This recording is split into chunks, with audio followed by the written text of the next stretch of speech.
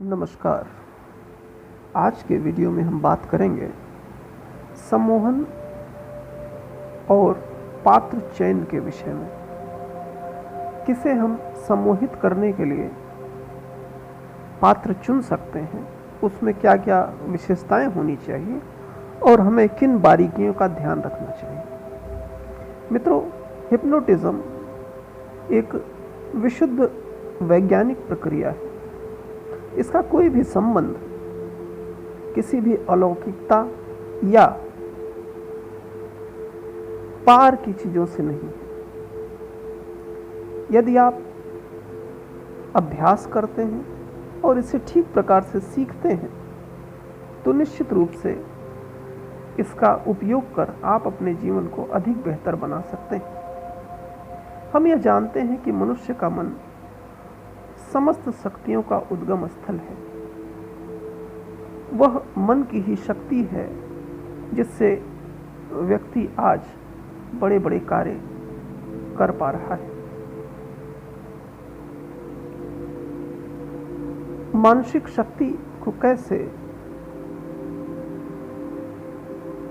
उपयोग में लाया जाए और कैसे जो शक्ति सोई हुई है उसको जगाया जा सके, इसी का नाम सम्मोहन है।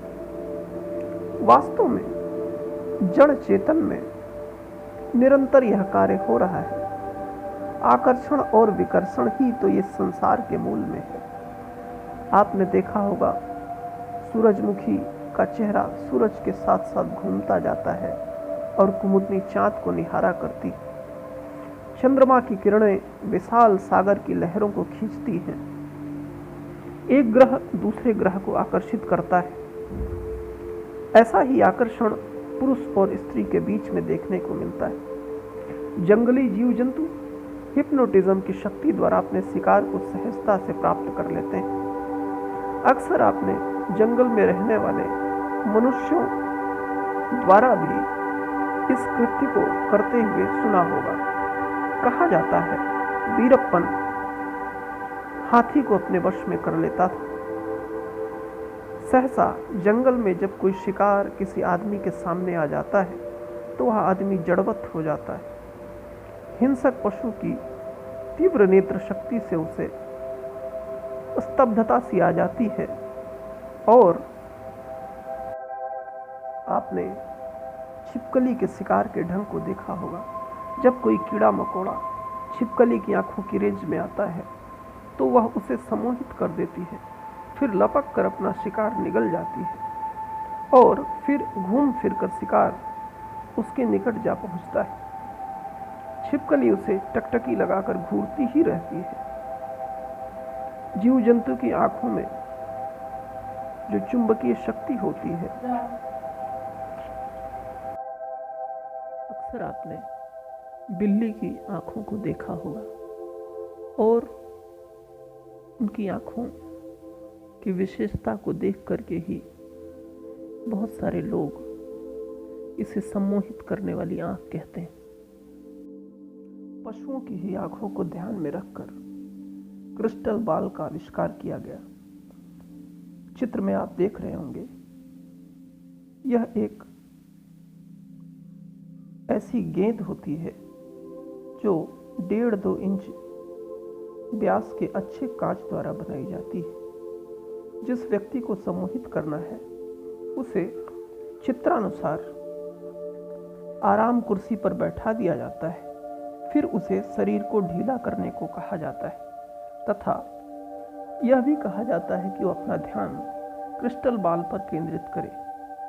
क्रिस्टल बॉल द्वारा किसी भी व्यक्ति को सहजता से सम्मोहित किया जा सकता है।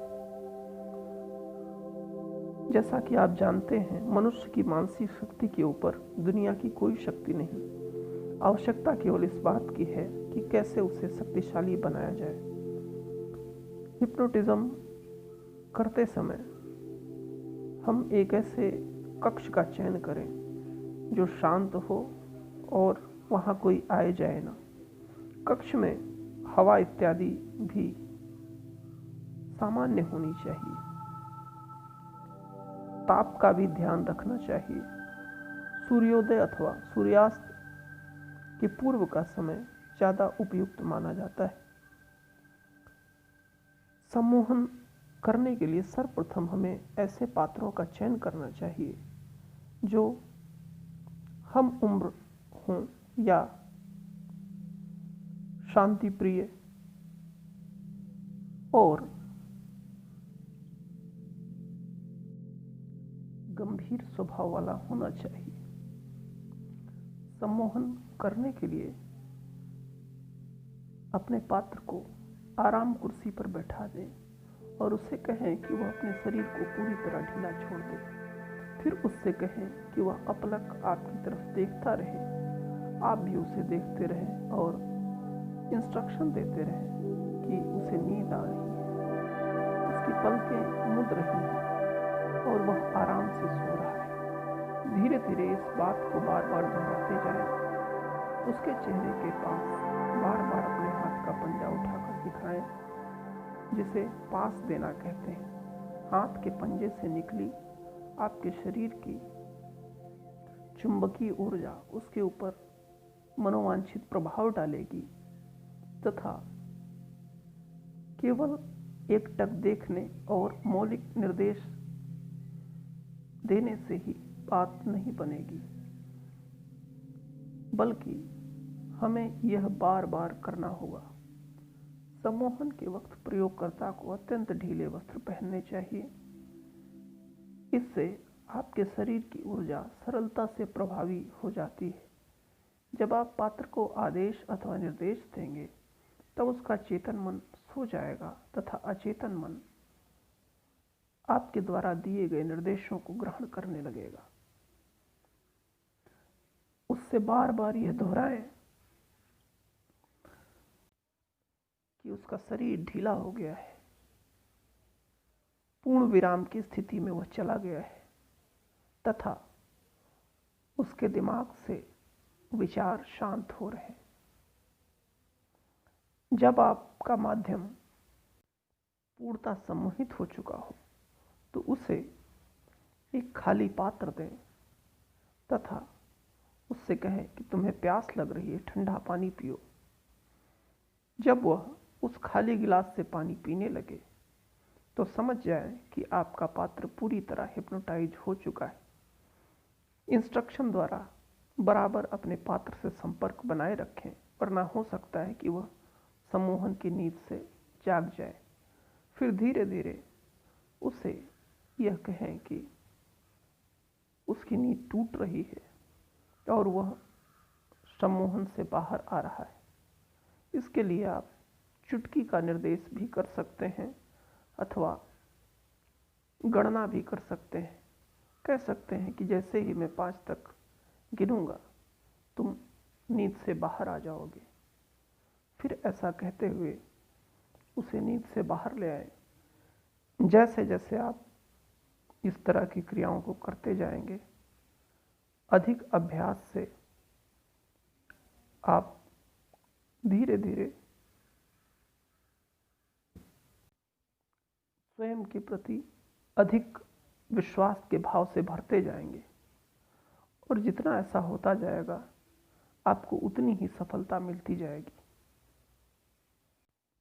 सम्मोहन के वक्त कैसे हमको निर्देश देना है, इस संबंध में चर्चा हम अगली कड़ी में करेंगे।